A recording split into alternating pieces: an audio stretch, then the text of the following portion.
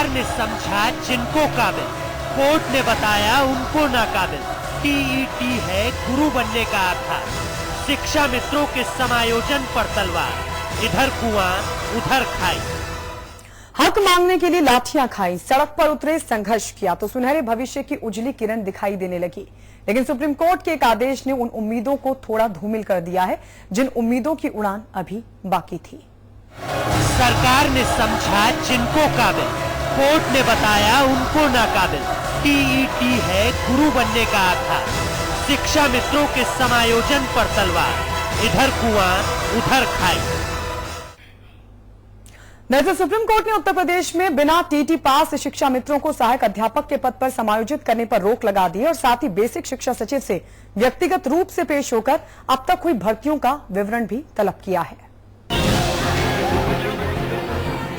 एक कहावत है कि इधर कुआं और उधर खाई, और ये कहावत चरितार्थ हो रही है सूबे के शिक्षा मित्रों के लिए। सुनहरे भविष्य की चाहत के लिए इन शिक्षा मित्रों ने कभी सपने में भी नहीं सोचा होगा कि जिस नौकरी के लिए सड़कों पर उतरे, सरकार से लड़े, लाठियां खाई, उसी नौकरी के लिए एक दिन नाकाबिल हो जाएंगे। लेकिन ये हो गया और कोर्ट ने उसकी रीट पे एक ऑर्डर पास कर दिया कि अभी फिलहाल कोई भी शिक्षा मित्र की भर्ती नहीं होगी और स्पेशल सेक्रेटरी और बेसिक एजुकेशन सेक्रेटरी सबको बुलाया है और उन्होंने कहा है अगर वो नहीं आएंगे एज ए कंटेम्प्ट माना जाएगा। टीईटी पास शिक्षा मित्रों को सहायक अध्यापक के पद पर समायोजित करने पर रोक लगाई है सुप्रीम कोर्ट ने। काबिल गौर बात यह है कि नाकाबिल है वो जो टीईटी पास नहीं है। अदालत के आदेश पर शिद्दत से झुकाकर सर कांग्रेस कह रही है शिक्षा मित्रों का ना हो अहम। कोई भी काम, कोई भी समायोजन, मुझे ऐसा लगता है कि कानून सम्मत तरीके से हो, शिक्षा मित्रों के हितों का भी ध्यान रखा जाए और इसके साथ साथ सुप्रीम कोर्ट के फैसले का सम्मान होना चाहिए। अब तक हुई भर्तियों को लेकर कोर्ट ने मांगा है विवरण बेसिक शिक्षा सचिव से। हालांकि 1,72,000 शिक्षा मित्रों में से 1,35,000 का हो चुका है समायोजन। अब बड़ी अदालत के आदेश के बाद शिक्षा मित्र लटके अधर में। कहने वाले कह रहे हैं क्यों पनपती हैं ये परिस्थितियां। कहीं हाई कोर्ट में, कहीं सुप्रीम कोर्ट में, कहीं अपने से सरकार निरस्त कर दे रही है पर नौकरी लोग मिल नहीं रही है। अब इस टीटी प्रकरण में ये इस शिक्षक इस मामले में भी यही हुआ, कोर्ट ने आदेश किया। तो आखिर ऐसा काम हो ही क्यों रहा है कि बार बार ये परिस्थिति उत्पन्न हो कि कोर्ट में मामले चैलेंज हो जा रहे हैं। आखिर नौजवान कहाँ जाए। सरकार का सियासी दांव भारी पड़ गया शिक्षा मित्रों के भविष्य पर। सरकार की दलील है कि हर संभव प्रयास करेंगे। सुप्रीम कोर्ट ने जो आदेश किए हैं सरकार उसका पालन भी करेगी और इस संबंध में सुप्रीम कोर्ट में फिर सुनवाई होगी और सरकार अपना पक्ष रखेगी और ये प्रयास करेगी कि जो शिक्षा मित्र की भर्ती हो चुकी है वो निकाले न जाए। सरकार ने सियासी बढ़त लेने के लिए शिक्षा मित्रों के समायोजन का दांव चला था, लेकिन सुप्रीम कोर्ट ने ठुकरा दिया। अब मानवीय संवेदनाओं पर बड़ा सवाल ये है कि अदालत के आदेश के बाद शिक्षा मित्र सड़क पर होंगे। आखिर इसके लिए कौन होगा जिम्मेदार। शिक्षा मित्रों के लिए तो इधर कुआं और उधर खाई है। ब्यूरो रिपोर्ट के साथ साजिद अली, समाचार। तो सरकार ने जिसको काबिल समझा, कोर्ट ने उन्हें नाकाबिल बताया है और सहायक अध्यापक के पद पर शिक्षा मित्रों के समायोजन पर रोक लगा दी है। सभी खास मेहमान हमारे साथ जुड़ चुके हैं। हमारे साथ टीटी संघर्ष मोर्चा के महामंत्री राकेश यादव जुड़ चुके हैं, कांग्रेस के प्रवक्ता जिशान हैदर हमारे साथ हैं, बीजेपी के नेता रामनिवास यादव हमारे साथ जुड़ चुके हैं। इसके अलावा समाजवादी पार्टी के विधायक रविदास मेहरोत्रा हैं और हमारे नोएडा स्टूडियो से हमारे साथ शिक्षा मित्र रविंद्र रोशा भी जुड़ चुके हैं और हमारे मैनेजिंग एडिटर अमिताभ अग्निहोत्री जी भी हमारे साथ हैं। अमिताभ जी, आप ही के साथ चर्चा की शुरुआत करना चाहूंगी। कोर्ट का आदेश सर्वोपरि है, लेकिन सरकार के प्रयासों ने शिक्षा मित्रों के लिए इधर कुआं उधर खाई जैसे हालात पैदा कर दिए हैं। देखिए, ये बहस हम क्यों लाए? अन्यथा जैसी बात रविदास जी ने कही है, बाकी लोगों ने हम भी कह के बात खत्म कर सकते थे कि अदालत का फैसला से राखों पर क्यों बहस लेके आया। अदालत का फैसला एक अलग चीज है। ये दो सवालों पर ये बहस आगे चलेगी। मुझे याद है टीटी के बच्चों के नियुक्ति के लिए हमको कितना संघर्ष करना पड़ा। हम उन बच्चों के साथ संघर्ष में रहे हैं। न्यायपूर्ण लड़ाई थी फिर भी अदालतों में घर मकान बेचकर मुकदमा लड़ना पड़ा बच्चों को। आज भी टीईटी वाले पूरे नौकरी नहीं पाए। अब आती है बात शिक्षा मित्र की, जिस पर कल सुप्रीम कोर्ट का निर्णय आया। मेरे लिए उत्तर प्रदेश का हर नौजवान उतना ही प्रिय, लेकिन यहां पर एक सवाल उठता है, जो एजुकेशन डिपार्टमेंट है उत्तर प्रदेश सरकार का, जो आधार सुप्रीम कोर्ट को समझ थे, वो आधार वहां के बाबुओं को समझ में क्यों नहीं थे? उनको मालूम था कि सहायक अध्यापक अगर बनाना है किसी को तो उसको टीईटी के रास्ते से गुजरना होगा। आपने बिना उस रास्ते से गुजरे हुए लोगों का समायोजन करके उनको उस रास्ते पर धकेला क्यों? राजनीतिक लाभ के लिए? मुझे एक वक्तव्य याद आता है चुनाव के समय कि वोट दोगे तो समायोजन कर देंगे और नहीं दोगे तो नहीं करेंगे। ये बात आई थी। वोट के लिए आपने 2 लाख बच्चों को दांव पर लगा दिया क्या? ये पीड़ा का सवाल है। क्या कर लेंगे रविदास जी? ये क्या कर लेंगे secondary education, basic elementary education? कल सर्वोच्च न्यायालय ये कह दे कि सारी नियुक्तियां, चूंकि जो राष्ट्रीय व्यवस्था है सहायक अध्यापक के लिए जो मापदंड है उनका उल्लंघन करती है, ये भर्तियां समायोजन और इनको निरस्त करते हैं। मेरी आंख में तब भी आंसू आएगा अगर 2.25 लाख लोग फिर सड़क पर आ जाएंगे। आपने ऐसा काम किया क्यों? आपको समझ नहीं थी क्या? ना समझो कि हाथ में उत्तर प्रदेश सरकार का बेसिक शिक्षा डिपार्टमेंट है, बाबुओं को समझ नहीं, उनको केंद्रीय कानूनों की समझ नहीं क्या? इसलिए यह बड़ा मुद्दा है, इसलिए मैं ये मुद्दा लेके आया। मैं नहीं चाहता कि टीईटी पास करने वाले बच्चों का हक कोई मारे, लेकिन मैं ये भी नहीं चाहता कि उत्तर प्रदेश के नौजवान को काम नहीं मिले। और एक बात कहूंगा, रविदास भाई बैठे हैं, मेरे मित्र हैं, मैं इनका बहुत एहतराम करता हूं, बहुत सम्मान करता हूं। रविदास भाई, दिल पे हाथ रख के बता दो, एक भी 10, 20, 50 आदमी की भर्ती भी बिना अदालत के हो गई हो तो मुझे नाम बता देना, जवाब देना। हर भर्ती अदालत में खड़ी है, हर भर्ती अदालत में खड़ी है। लेखपाल, चपरासी, पटवारी, एसडीएम, पीसीएस, मास्टर, बाबू, होमगार्ड, कोई भर्ती तो मुझे बता दो। माध्यमिक शिक्षा सेवा बोर्ड के अध्यक्ष के अधिकार सीज कर दिए हाईकोर्ट ने, कहा ये नाकाबिल है भाई, इसको बनाया कैसे? इसको तो खुद ही समझ नहीं, बोले इनके कामकाज के अधिकार छीन लो। आपने सुना कभी पहले ऐसा? जिनको आपने मास्टर चुनने, अध्यापक चुनने का प्रमुख बनाया प्रदेश में, उनको हाईकोर्ट ने कहा कि इनको ये योग्य नहीं है, इनके अधिकार छीनो। कैसी परिस्थितियों का निर्माण हो गया? राज्य लोक सेवा आयोग के खिलाफ बच्चे धरने पर है, अनशन पर है, जगह जगह संघर्ष हो रहा है, नियुक्तियां अदालतों में चक्कर खा रही है। और मेरे नौजवान, चाहे रविंद्र हो चाहे राकेश हो, ये खेत बेच के मुकदमा लड़ रहे हैं। कोई सिंपल को वकील कर रहा है, कोई सालवे को वकील कर रहा है। 20-20, 30-30 लाख रुपए पेशी का जा रहा है। खेत बिक रहा है, मां के बिछुआ और खड़ुआ बिक रहे हैं, तब मुकदमा लड़ा रहा है। हम इतने असंवेदनशील हो गए, इसलिए आज मैं भावुक होकर यह विषय लाया। 72,000 टीईटी को आपने दांव पर लगा दिया और 1,72,000 शिक्षा मित्रों को दांव पर लगा दिया। इतने लोगों को दांव पर लगाने के लिए यह तंत्र दोषी है, इसलिए कटघरे में खड़ा है। रविंद्र रोशा जी, शिक्षा मित्रों के भविष्य पर कितना बड़ा संकट इस आदेश के बाद?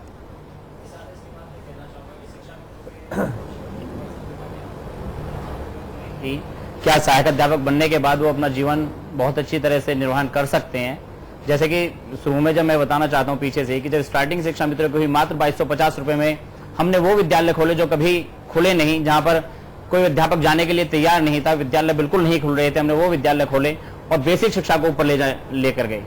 उस 3500 रुपए में हमने लास्ट समय तक उस 3500 रुपए में हमने अपना घर चलाया, जिसमें इतनी महंगाई में 3500 रुपए में हमें कुछ नहीं मिलता था। सिर्फ यही आस थी कि एक सहायक अध्यापक एक दिन बनेंगे, और फिर बने भी। लेकिन इस निर्णय के बाद हमको वो नजर आ रहा है कि कुछ हमारे खिलाफ ऐसा कुछ ना हो जाए जिससे कि हम वापस उसी स्थिति में पहुंच जाए, भूखे मरने की। अच्छा रविंद्र भाई एक सवाल मुझे बताइए। मैंने इस अध्यापकों की भर्तियों के मामले का बड़ा बारीकी से अध्ययन किया। और मैं इसके लिए लड़ा भी हूं, पत्रकार की मर्यादा रेखा से बाहर जाके भी लड़ा। मैंने मुख्यमंत्री से व्यक्तिगत तौर पर भी अनुरोध किया था टीईटी वालों बच्चों की कि इनको नौकरी दीजिए। मूल प्रश्न मेरा यह है, जब एक केंद्रीय कानून है कि सहायक अध्यापक होने के लिए इस परीक्षा को उत्तीर्ण करना होगा, इस केंद्रीय कानून का उल्लंघन कन्नौज का कलेक्टर नहीं कर सकता, फर्रुखाबाद का नहीं बेसिक शिक्षा अधिकारी कर सकता, वो तुर्रम खां है क्या कि जिले इलाही अकबर आजम है क्या? वो कोई भी बाबू सचिवालय में बैठे और चाहे जिले में बैठे, वो क्या बेचता है भाई? केंद्रीय कानून का उल्लंघन कर देगा। आपको लोगों को कभी ये समझ नहीं आया कि ये समायोजन अदालत में नहीं टिकेगा? रविंद्र जी, सर, कानून साफ था, कानून साफ था। मैं आपकी मेहनत की सराहना करता हूं, आपने कम पैसे में काम किया, लेकिन मैं अगर मैं कलेक्टर के यहां काम करता रहूं तो 500 रुपए महीने पर भी 15 साल तक भी, तो भी इस आधार पर मैं कलेक्टर तो नहीं हो सकता ना। उसकी तो फिर प्रक्रिया है, कानून है। उस प्रक्रिया के बारे में मैं बताना चाहूंगा कि हम लोगों को पीटीसी कराई गई, प्रशिक्षण कराया गया, 2 वर्षीय प्रशिक्षण जो एक प्राइमरी टीचर के लिए होता है बीटीसी, वो हम लोगों को कराया गया। वो हमें एनसीटीए एससीईआरटी अप्रूव्ड प्रशिक्षण कराया गया, जिसके उपरांत हमको शिक्षा मित्र पद पर समायोजित किया गया। दूसरी बात, मैं आपकी उस बात पर कहना चाहूंगा कि आपने कहा कि जो केंद्र सरकार है उसका जो आरटी एक्ट है उसके अकॉर्डिंग की बात करूंगा, तो मैं ये भी कहना चाहूंगा कि जो नियमावली संशोधन होता रहा है, शिक्षा नियमावली संशोधन बीच बीच में होता रहा है, उसी में संशोधन करने के पश्चात हमको सहायक अध्यापक पद पर समायोजित किया गया। नहीं, मैं मेरी जानकारी, जिस पर सुप्रीम कोर्ट में जो मामला गया, सुप्रीम कोर्ट ने जो व्यू लिया और उसने कहा इट्स वेरी सीरियस मैटर, कानून का उल्लंघन हुआ है। केंद्रीय कानून कहता है सहायक अध्यापक को टीईटी से गुजरना होगा, उसी को सुप्रीम कोर्ट ने इंडोर्स किया है। राकेश यादव सर, मसला क्या है जो मैं कह रहा हूं, ठीक समझ पाया हूं? हाँ सर, सबसे पहले तो समाचार प्लस और आपको सर बहुत बधाई देता हूं कि आज हम लोग 12,825 सर आपके प्रयासों से सर मतलब विद्यालय में पहुंच चुके हैं, हमारी ट्रेनिंग हो रही है। और सर मैं इन लोगों को, शिक्षा मित्रों से हमारा कोई मतलब विरोध नहीं है, लेकिन हम लोग इस प्रक्रिया के तहत आ रहे थे। जो एनसीटी जो एलिजिबिलिटी डिसाइड करती है बेसिक शिक्षा विभाग में टीचर बनने के लिए, सरकार को उसको पालन करना चाहिए था। इन लोगों को भी वो नियमावली पढ़ना चाहिए था, और इस सरकार ने इन भाइयों के साथ में ऐसा गंदा खेल खेला है सर। हम आपको बता सकते हैं कि सर एक संवैधानिक पीठ बैठी हुई थी सुप्रीम कोर्ट में, उत्तर प्रदेश की सरकार टिक नहीं पाएगी। सर मैं बता रहा हूं सर, माननीय उच्च न्यायालय इलाहाबाद में एक याचिका लगी हुई थी कि बिना टीईटी पास सबको समायोजित कर दिया जाए। फिर उसके बाद उसके लिए संवैधानिक पीठ बैठ गई। वहां उत्तर प्रदेश सरकार के एडिशनल जनरल एडवोकेट माननीय श्री सीवी यादव जी ने खुद एक अपना लेटर उसमें लगाया हुआ है कि 23 अगस्त 2010 के बाद 23 अगस्त 2010 के बाद जो भी उत्तर प्रदेश में नियुक्तियां होगी कक्षा 1 से 8 तक बिना टीईटी पास नहीं होगी। हम ये कह रहे हैं कि ये लोग इस बात को क्यों नहीं समझ पाए। और रही बात मतलब ये सब सर, हम लोग भी एनसीटी वगैरह सूचना मंगाए हुए हैं कि जो है इनकी जो ट्रेनिंग करवाई गई है बेसिक शिक्षा में गुणवत्ता ले आने के लिए ले आई गई थी। लेकिन सरकार, चूंकि ये लोग गांव में रहते हैं और गांव में प्रधान और इन सबके करीबी हैं, यही गवर्नमेंट नहीं, पिछली गवर्नमेंट ने भी इनके साथ में घिनौना खेल खेला। इन लोगों को इस बात को समझना चाहिए था। और एक बहुत बढ़िया जो छूट मिल रही थी कि आप टीईटी पास करके समायोजित होते जाइए, तो लेकिन कहीं सर कुछ कमियां रही है सिस्टम की। लाइन में आ जाते, अभी आएंगे रविंद्र, आपके पास आएंगे, पूरी बहस है, सबसे बात करेंगे। जीशान हैदर, मान लीजिए आज मैं सरकार हो जाऊं आज रात के लिए, और मैं कल जीशान हैदर को डीआईजी लखनऊ अपॉइंट कर दूं, मैं चार्ज भी दिला दूंगा धींगा मुश्ती करके, बिल्ला वर्दी भी दिला दूंगा, जूता भी वैसे दिला दूंगा, टोपी भी एक अरेंज करा दूंगा, डंडा भी हाथ में दे दूंगा, ठीक, मैं समझ रहा हूं, गाड़ी में झंडा भी लगा दूंगा। लेकिन कल रामनिवास यादव सुबह कोर्ट खुलने के बाद जब अदालत चले जाएंगे तो जीशान हैदर एक फर्स्ट हियरिंग में हिट विकेट हो जाएंगे। कौन है जिम्मेदार इस खेल का?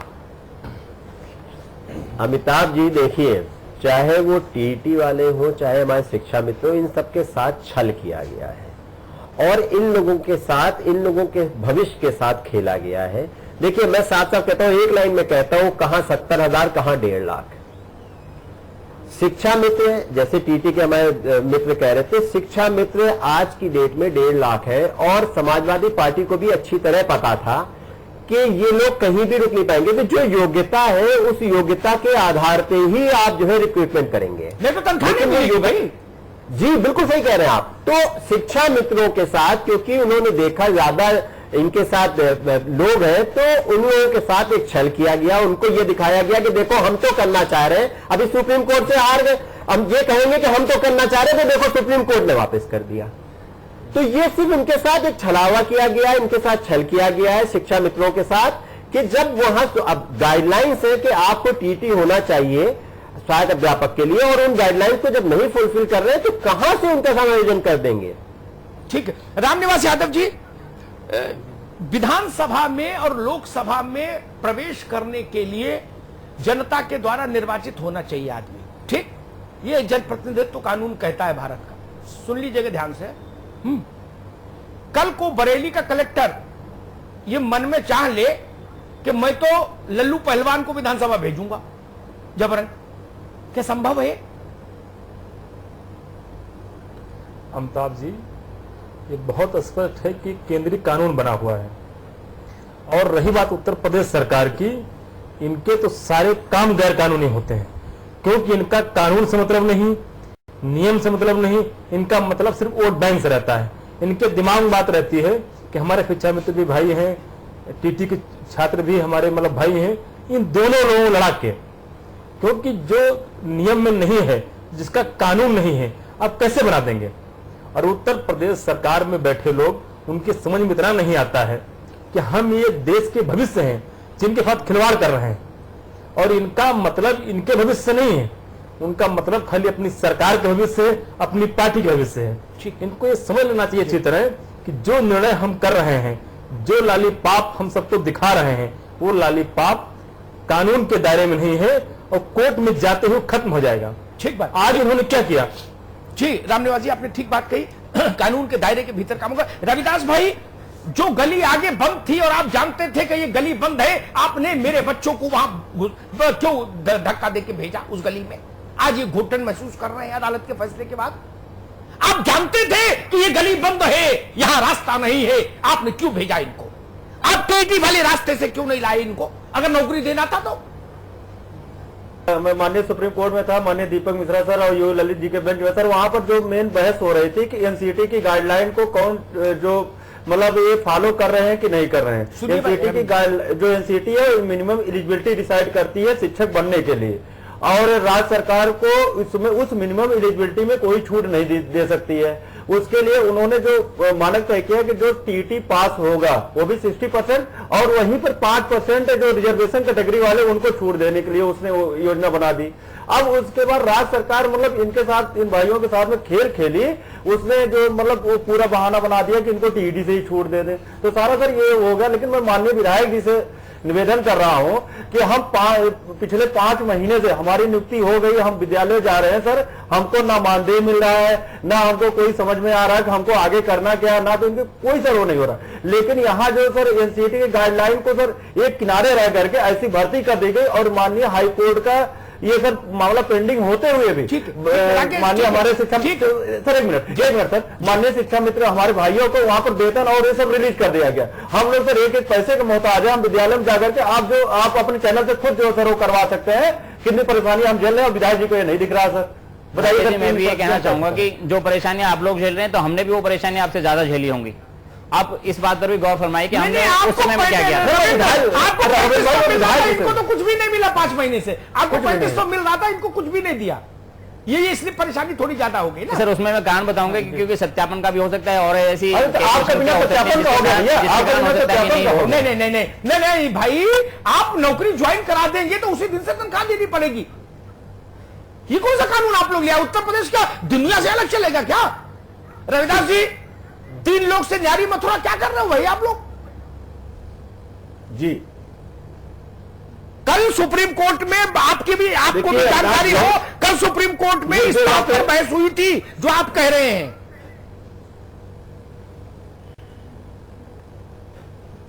अमिताभ जी, अभी सुप्रीम कोर्ट में बहस हुई है, अभी सुप्रीम कोर्ट में आदेश कोई नहीं हुआ है, और अभी हम लोग ये प्रयास करेंगे कि जो टीटी के छात्र हैं, जो शिक्षक बने हैं, जो इन्होंने कहा राकेश जी ने, इनको वेतन क्यों नहीं मिला है, इनको वेतन मिले, इसके लिए भी मैं बात करूंगा, प्रयास करूंगा कि 5 महीने से क्या कारण है इनको वेतन क्यों नहीं मिला है।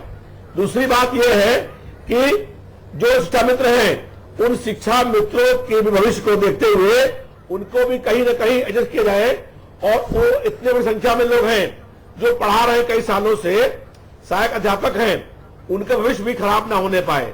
तो ये सुप्रीम कोर्ट का भी पार्टी का भविष्य भी थोड़ा उज्जवल हो जाए। आदेश देख सर बच्चों के भविष्य को नहीं, आपने शिक्षा जीशान इधर कहीं कोई राजनीति और पार्टी की बात नहीं है। जी रविदास भाई आपकी बात ठीक है। आपको राजनीति कोई राजनीति या कोई पार्टी की बात नहीं है ना, आप लोग तो साधु है। जीशान हैदर राजनीति की बात मुझे ये समझाइए, अदालत के फैसले के बाद मुझे एक दृश्य याद आता है। ये जो है रविदास भाई एक मिनट भविष्य का सवाल है। ठीक, एक मिनट मैं एक दृश्य याद करवा। आप तो देखिए जी रविदास भाई एक मिनट अभी आ रहे। टीटी के बारे में इलाहाबाद हाई कोर्ट ने निर्णय दिया कि इनको तत्काल ज्वाइन कराइए। ठीक, मैंने उसके पक्ष में एक बुलेटिन है ना, और बोला भी, कहा भी, सुना भी, व्यक्तिगत प्रभाव का भी इस्तेमाल किया जितना मेरी हैसियत में था। मैंने एक शो रखा, जीशान हैदर ध्यान से सुनिएगा जी। उसमें उत्तर प्रदेश सरकार के मंत्री को मैंने बुलाया। मैंने उस वक्त कहा कि इन बच्चों के साथ जो अन्याय हो रहा है ये गाय का मांस खाने के बराबर पाप है। ठीक, अब मंत्री जी से मैंने पूछा, मैंने कहा मंत्री जी हाई कोर्ट का निर्णय आ गया है, सरकार इस निर्णय को लागू करेगी। मैं जानबूझ के उनको घेर रहा था मंत्री जी को। मंत्री जी ने कहा अमिताभ जी मैं आपको वचन देता हूं माननीय उच्च न्यायालय के आदेश का अनुपालन करेगी सरकार। तभी जब वो इतना बोल चुके, रिकॉर्ड हो गया कैमरे में, शो में, तो मैंने उनसे कहा मंत्री जी आप ना समझ हैं, आपको जानकारी नहीं। आज सुबह 11 बजे आपकी सरकार ने हाई कोर्ट के निर्णय के खिलाफ 72,000 बच्चों के भविष्य के खिलाफ सुप्रीम कोर्ट में याचिका दायर कर दी। उनका चेहरा सफेद हो गया था, स्याह हो गया था चेहरा, पूरे शो में नजर नहीं मिला पाए थे। मैंने कहा क्या कह रहे हैं आप रात में 8 बजे कह रहे हो अनुपालन करेगी और सुबह 11 बजे प्रदेश सरकार सुप्रीम कोर्ट चली जा चुकी है। अदालत ने निर्णय दे के नौकरी तो दिला दी, 5 महीने से तनख्वाह नहीं। ये धींगा मुश्ती है क्या? ये कानून चलेगा? जीशान जी नहीं, देखिए अमिताभ जी, जिस तरह से मुझे लगता है शिक्षा मित्रों ने भी कितना आंदोलन किया। जब देखिए विधानसभा के सामने धरना, आपको कितने विचारों को कभी वाटर कैनन जोड़े जा रहे हैं, कभी लाठियां चल रही हैं। ये देखिए शिक्षा, आपने जैसे पहले कहा था शुरू में, आपने जब शुरुआत की थी कि जितनी भर्तियां समाजवादी पार्टी की सरकार में हो रही है सब क्यों कोर्ट में जा रही हैं। हमें लगता है समाजवादी पार्टी की, ऐसा तो है नहीं कि समाजवादी पार्टी में कुछ ब्यूरोक्रेट्स बदल गए हो या समाजवादी पार्टी को पता नहीं है कि समाजवादी पार्टी पहली बार सत्ता में आई है। देखिए अमिताभ जी, सब कुछ पता होते हुए भी ये सिर्फ और सिर्फ खेल खेल रहे हैं। कभी कभी पुलिस भर्ती से लेके, और जैसे आपने बताया जितनी भर्तियां हुई हैं, अब आज शिक्षा मित्र और टीटी वालों की, इन लोगों की दोनों की 1.5 लाख, ये लोग 72,000, ये लोग 2.25 लाख लोग अधर में अटके हुए हैं। किसकी वजह से? सिर्फ और सिर्फ समाजवादी पार्टी की सरकार की वजह से।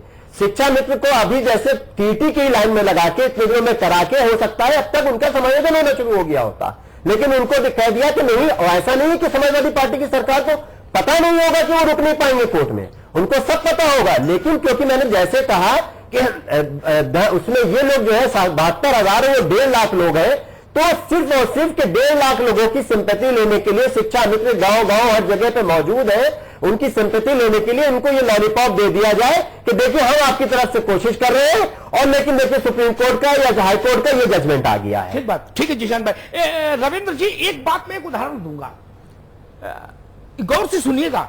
मेरी पीड़ा आपकी पीड़ा मेरी पीड़ा है, मैं आपके लिए भी लड़ूंगा, लेकिन एक बात जरूर कहूंगा, हम लोग एक लाइन में खड़े हुए, मान लो राशन कार्ड बनवाने के लिए, उदाहरण के लिए, ठीक, लाइन लगी है, पता है राशन कार्ड लाइन से लगेगा, बनेगा।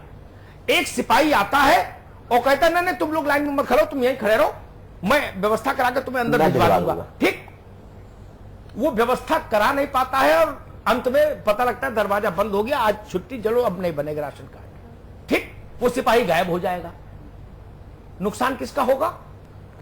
नहीं अमिताभ जी, उस सिपाही को पता भी है कि वो नहीं बनवा पाएगा। किसान अगर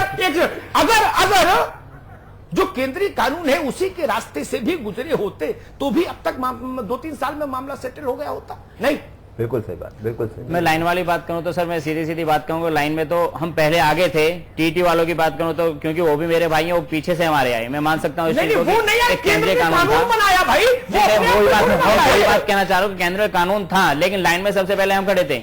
उस समय टीटी वाला कोई नजर नहीं आ रहा था जब हम प्राइमरी विद्यालयों को चला रहे थे। अब आप मेरी बात नहीं समझ पाए, मैं क्या कह रहा हूं। सरकार से तनख्वाह तो कानून के तहत नियुक्ति पर ही मिलेगी मित्र, इस बात को आप क्यों नहीं समझ रहे हो? कोर्ट में नहीं चलती है, समाजवादी पार्टी, भाजपा, बसपा, कांग्रेस, ये नहीं चलता अदालत में। बोले रामलाल जी आपके खिलाफ नहीं है रविंद्र जी, मैं आपके पक्ष में हूं। टीटी वालों से पूछिए, इतनी लड़ाई किसी और ने लड़ी क्या? सर मंदिर, मुख्यमंत्री का मंदिर बनवा रहे हैं, मतलब कुछ ऐसी व्यवस्था ले आते जो वहां पर बच्चों के सुनहरे भविष्य के विचार होता, लेकिन सर अब मूल प्रश्न वो है। राकेश जी मैं आपको बता दूं, सुनहरे भविष्य के लिए हम आज तक शिक्षा मित्र पद पर इतना कार्य करते आए हैं। आप भैया अगर वास्तव में इस चैनल पर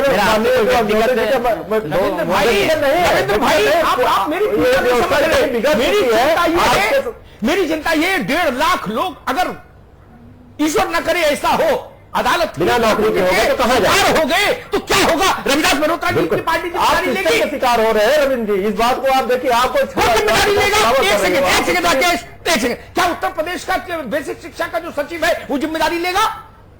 कौन जिम्मेदारी लेगा? कोई नहीं। सब 1.5 लाख बच्चों के सपनों को तोड़ने के लिए कौन जिम्मेदारी लेगा? कौन खुद को कटघरे में खड़ा करेगा? मुझे उसका नाम बताइए। सर यही बात है कि जब ऐसी स्थिति आएगी तो उसमें हम अपना पक्ष रखने के लिए पूर्ण रूप से अदालत में भी जाएंगे, सभी जगह जाएंगे। नहीं, अदालत में तो आपको पहले भी जाना चाहिए था, अब क्यों नहीं गए अदालत में? आपको भी अपना पक्ष रखना चाहिए था। हाई कोर्ट में तो था ही, हाई कोर्ट से भी कोई डिसीजन नहीं आया। हाई कोर्ट में हम वहां आप आप आधार में अटक गए इस समाजवादी पार्टी की सरकार की वजह से। मैं सर आपसे सिर्फ जिसान जी यही कहना चाहूंगा कि आप एक तरह से राजनीतिक मोड़ ना लेकर इसको दूसरी तरह से सोचें। नहीं, अरे बिल्कुल नहीं। हमने तो और कहा आप लोगों ने इतना संघर्ष करके आप लोगों को राजनीतिक मोड़ को देने की कोशिश नहीं कर रहा हूं। नहीं रविंद्र जी, आप अभी समझ नहीं पा रहे, समझना नहीं चाह रहे। उत्तर प्रदेश की हर नियुक्ति अदालत में कटघरे में खड़ी है, हर नियुक्ति। लोगों का फार्म भरते भरते खेत बिक गया, पता है आपको?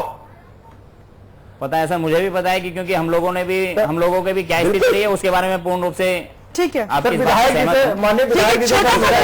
एक छोटा सा ब्रेक ले रहे हैं, फौरन लौटते हैं, बने रहिए हमारे साथ।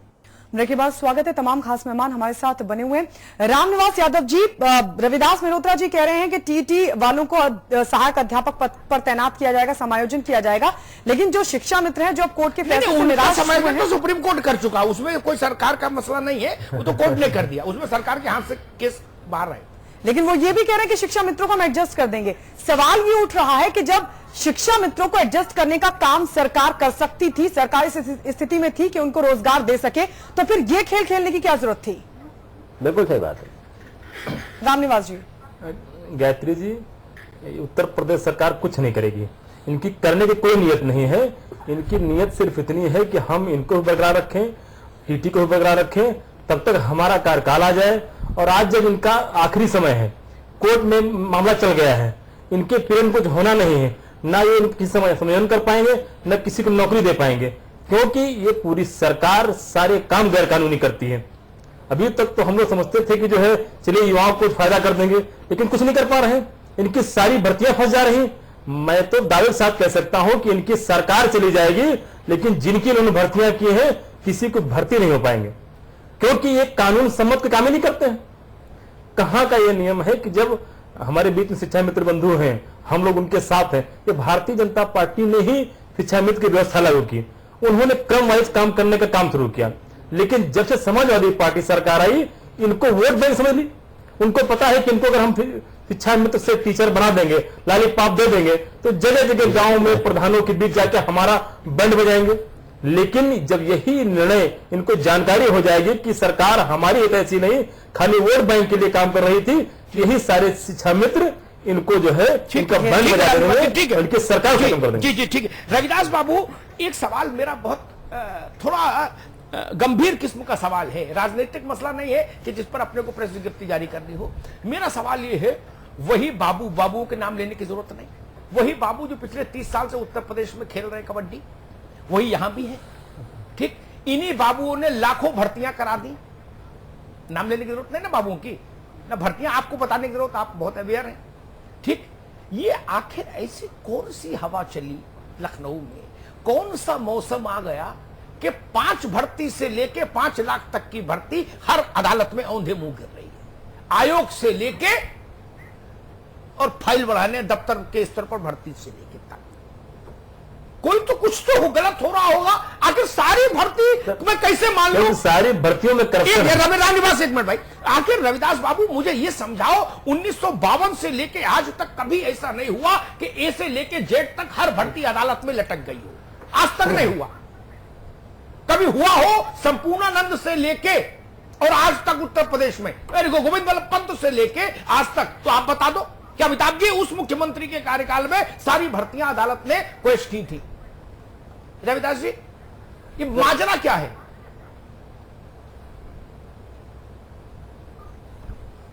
देखिए अमिताभ जी, आप जो बात कह रहे हैं ये बात सही है। कई जगह भर्तियां हुई हैं और वो सब भर्तियां न्यायालय में चैलेंज हुई और हाई कोर्ट और सुप्रीम कोर्ट में अपना निर्णय दिया। तो ये तो लोकतंत्र में वैसे भी अदालतें हैं, न्यायालय हैं और ये उनको अधिकार है कि कोई व्यक्ति, कोई सरकार काम करे। सवाल दूसरा था, मुझे पता है अदालतें किस लिए होती है नहीं, और अमिताभ जी वो तो लेंगे नहीं अगर। हाँ, देखिए अमिताभ जी, बहुत से ऐसे प्रकरण हैं कि मैं जानता हूं कि 25 साल हो गए हैं, अभी हाई कोर्ट सुप्रीम कोर्ट में केस चल रहा है और फैसले नहीं हुए। तो देखिए, न्यायालय का जो सम्मान है वो हम सब लोग करते हैं। जो न्यायालय निर्णय करेगा उसका आप भी और हम भी सम्मान करेंगे।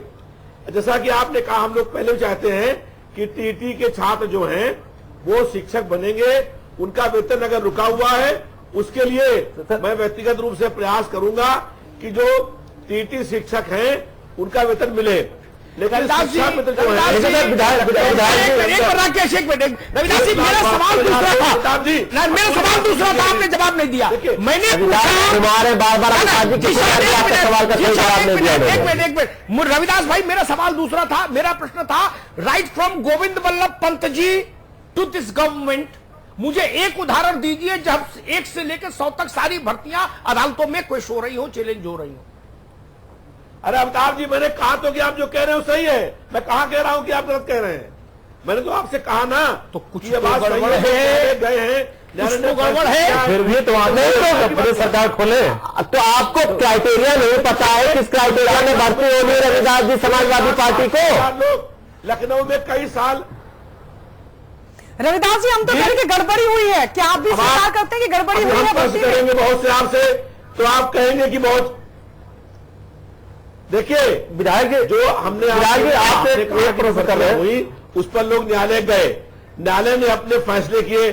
जो न्यायालय ने फैसले किए उसको प्रदेश सरकार ने सम्मान किया, उसको मानने का काम किया। आगे भी जो अगर नहीं सम्मान करते तो क्या करते जी? अगर नहीं सम्मान करते तो क्या करते? कोई विकल्प था क्या सम्मान के अलावा? बता रहे, सुनिए अमिताभ जी, जरा मेरी बात सुन लीजिए। अब देखिए अमिताभ जी, आपने प्रश्न किया है, बात सुन लीजिए। जी। आज से 3 साल पहले सरकार यहाँ बीएसपी की थी, सुप्रीम कोर्ट ने ऑर्डर किया कि पार्क नहीं बनेंगे और पार्क बनते रहे। सुप्रीम कोर्ट ने ऑर्डर किया पत्थर लगेंगे, पत्थर लगते रहे और सुप्रीम कोर्ट के आदेश का पालन उस सरकार ने नहीं किया। आपने क्या किया? राजनीति चले गए आप यहाँ बात समायोजन को लेकर के। विधायक जी, आप बात सुनिए, यहाँ समायोजन आपको नियम कानून नहीं मालूम था। 3 लाख लोग जो है बेचारे टीईटी पास सड़कों पर घूम रहे हैं, आपको वो चीज नहीं मालूम है। हम लोग 72,000 नियुक्त भी हुए, हमारे लिए कोई आपने स्ट्रेटजी निवराई करना क्या है? हम 5 महीने से कुछ नहीं है, हमारे जो है मौलिक नियुक्ति नहीं हो पा रहे, आप इस पर क्या कर रहे हैं? हम तो पहले ही कहे हैं कि टीईटी जो शिक्षक हैं उनकी भर्ती हो। टीईटी जो शिक्षक हैं वो तो सुप्रीम कोर्ट ने कर दी ही। 3 लाख हो गए, आपने वो ऐसे लोग ले आकर बैठा दिए जो बेसिक शिक्षा की रीढ़ को ही तोड़ देंगे।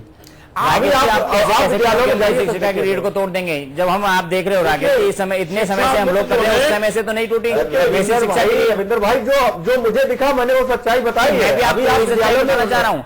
जब से बीएड टीईटी आए हैं ना, इनका डिमोशन होकर आया है। मैं अपने इस तरह से जितनी मुझे जानकारी है, बीएड माध्यमिक शिक्षा के लिए है, आप प्राइमरी में क्यों आ रहे हो? बीटीसी करना आपको फिर भी पड़ रहा है।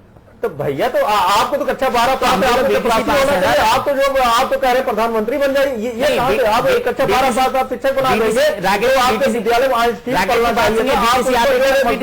क्या बात बताइए? नहीं बीटीसी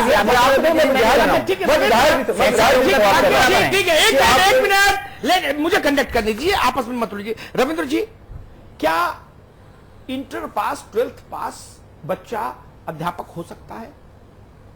सर हम ग्रेजुएट हैं, टोटल जितने भी ट्रेनिंग की है, जो बीटीसी ट्रेनिंग हुई है ग्रेजुएशन के बाद हुई है। ग्रेजुएट हैं सभी ने बीटीसी ट्रेनिंग की है, जो एनसीटी एससीईआरटी ने कराई है, एनसीटी अप्रूव ट्रेनिंग है। जो बीटीसी ट्रेनिंग के प्राइमरी शिक्षक को चाहिए वो ट्रेनिंग हम लोगों ने की है, 2 वर्षीय ट्रेनिंग। उसके पश्चात हम लोगों को बताइए, आप लोगों ने बीटीसी कैसे लिए सर?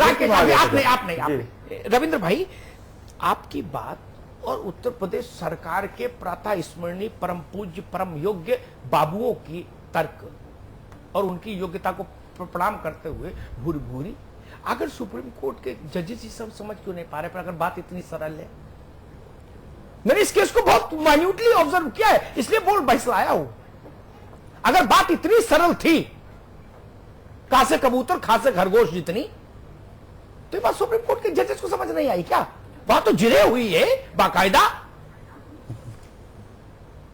रविंद्र भाई, बाकायदा जिरे हुई है, एक एक कागज पर जिरे हुई है। कब कौन सा नोटिफिकेशन आया उस पर जिरे हुई, राज्यों ने उसमें क्या हस्तक्षेप किया उस पर जिरे हुई।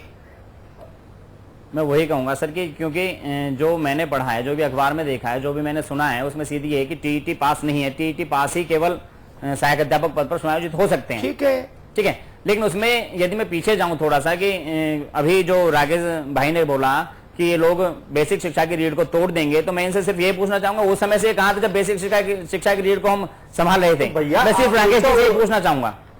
हाँ जी रविंद्र भाई, मैं एक बात बता रहा हूँ, एक रसोईया भी जो है मतलब वो खाना बना रहा है, तो क्या रसोईया को हम जो शिक्षा मतलब उस पर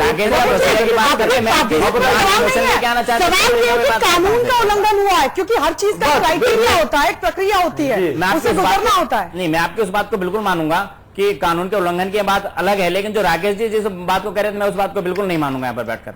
रविंद्र भाई, आपका मानना या ना मानना ये कोर्ट में गया, आप ना मानिए या ना मानिए, लेकिन भाई विधायक जी को ये बात समझना चाहिए था कि 3 लाख टीईटी पास जो सारी एलिजिबिलिटी रखते हैं और उस शिक्षा समर्थी सूची में केंद्र सरकार के रूल को इन्होंने दमनिकार करके पूरा ले आकर के भर्ती कर दी। मैं आपको राकेश जी याद दिला देना चाहता हूँ, राकेश जी आपको सिर्फ इतना याद दिला देना चाहता हूँ कि पहले बीटीसी जो होता था वो शिक्षक बनता था।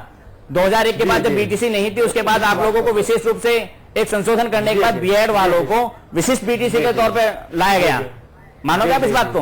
जो बीएड वाला माध्यमिक के लिए होता है वो प्राइमरी में स्पेशल लाया गया, क्योंकि बीटीसी नहीं थे, शिक्षक नहीं थे। लेकिन यूपी सरकार नहीं ले आई सर।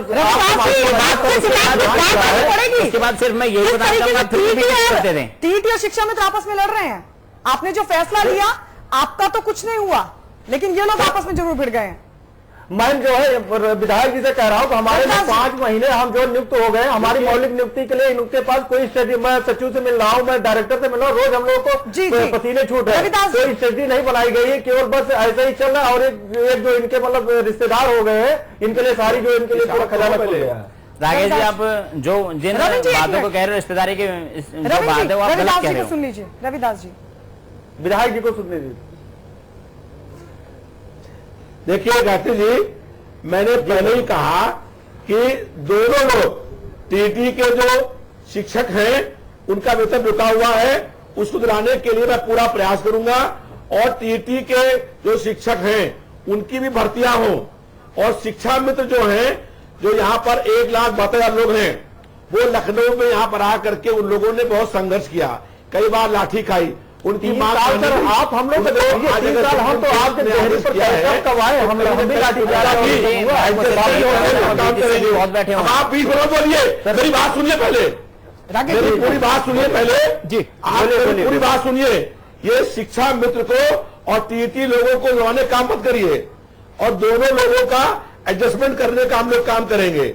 हम लोगों हमारे लिए व्यक्तिगत रूप से दोनों लोग हमारे मित्र साथी हैं और इन दोनों का एडजस्टमेंट हो और इनके भविष्य को देखते हुए इन दोनों लोगों के साथ कोई अन्याय ना होने पाए, ये हम लोग प्रयास करेंगे। ठीक बात, ठीक है रघुनाथ जी। जीशन हैदर जीशन हैदर, एक बहुत पिन पॉइंटेड सवाल, उसी पर उत्तर दीजिए, समय कम है, शो वाइंड अप करना। क्या कानून की इजलास में, कानून की अदालत में इस बात का भी कोई वजूद होता है कि भाई दोनों लोग मिल बांट के कर लो?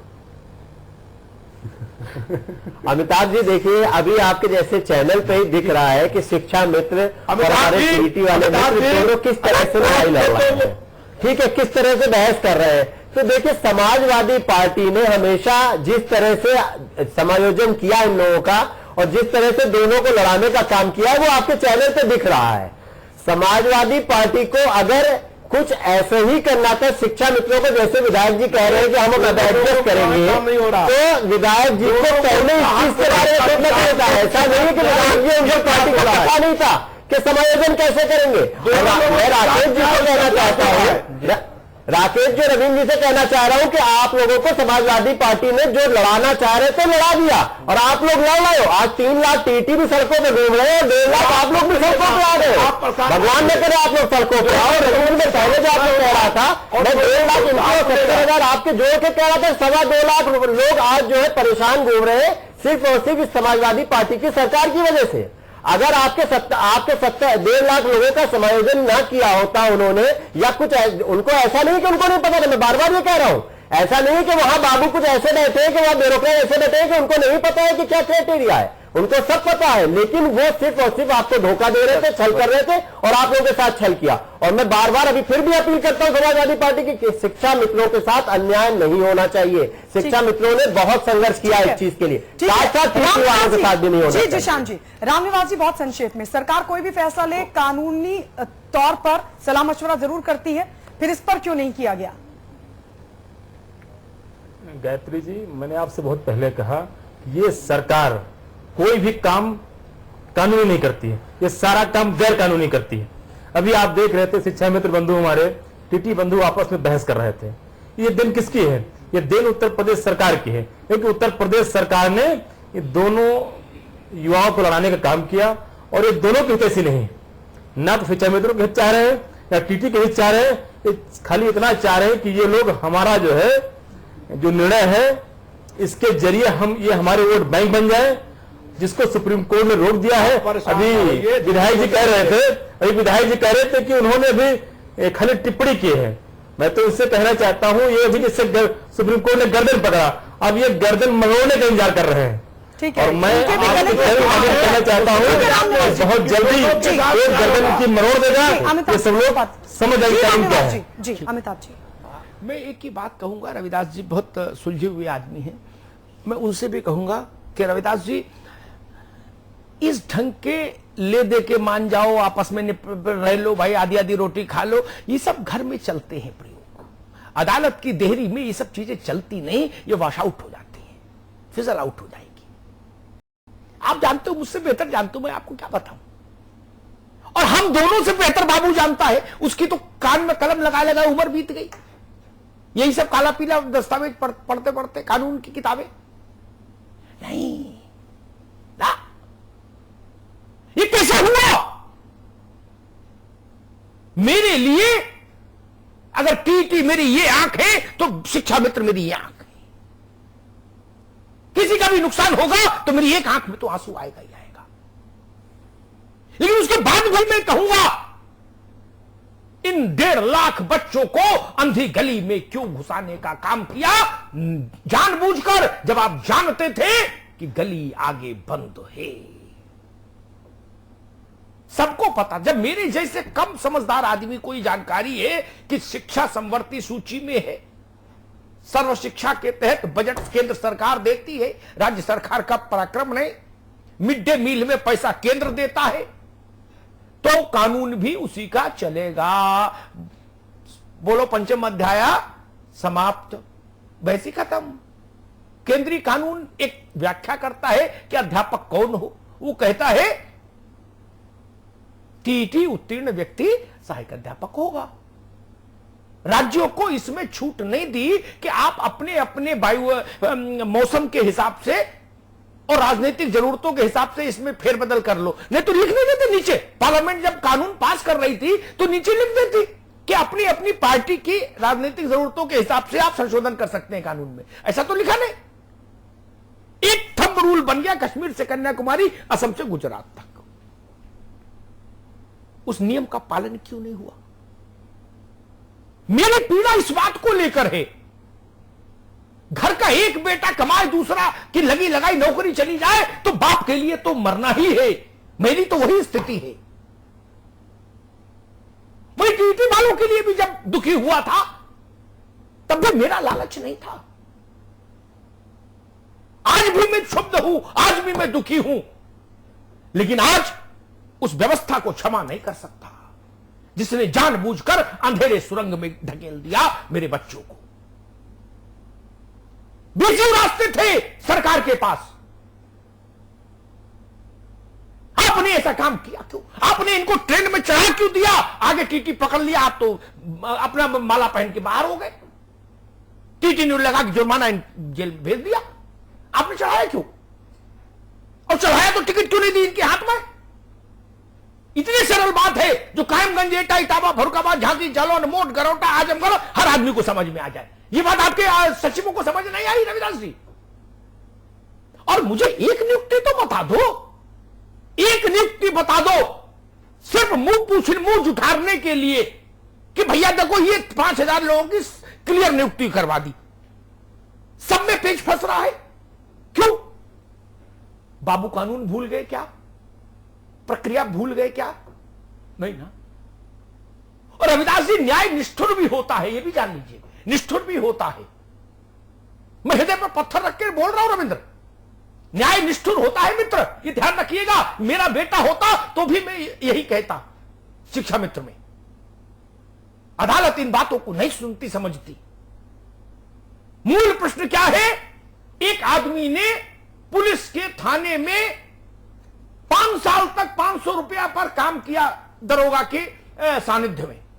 वो सिपाहियों से योग्य है, लेकिन वो सिपाही नहीं हो सकता बिना परीक्षा दिए, ये जान लीजिए।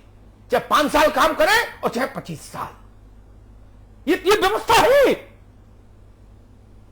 किसी भी मुख्यमंत्री, प्रधानमंत्री की कृपा उसको सिपाही नहीं बना सकती।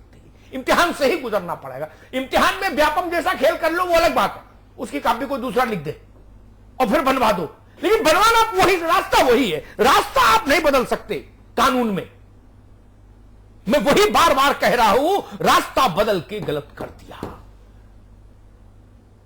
1.5 लाख लोग, एक व्यक्ति के साथ 5 लोग भी जोड़ मानिए 15, 75, 7.5 लाख लोगों का जीवन सीधे जुड़ता है। और यही बात मैंने टीटी के बच्चों के लिए कही थी 72,000 में 5 का गुणा करके। मैंने कहा था किसी की मां का आंख का ऑपरेशन इसलिए रुका हुआ है रविदास जी कि बेटे को तनख्वाह मिलेगी तो आंख का ऑपरेशन करा लेगी।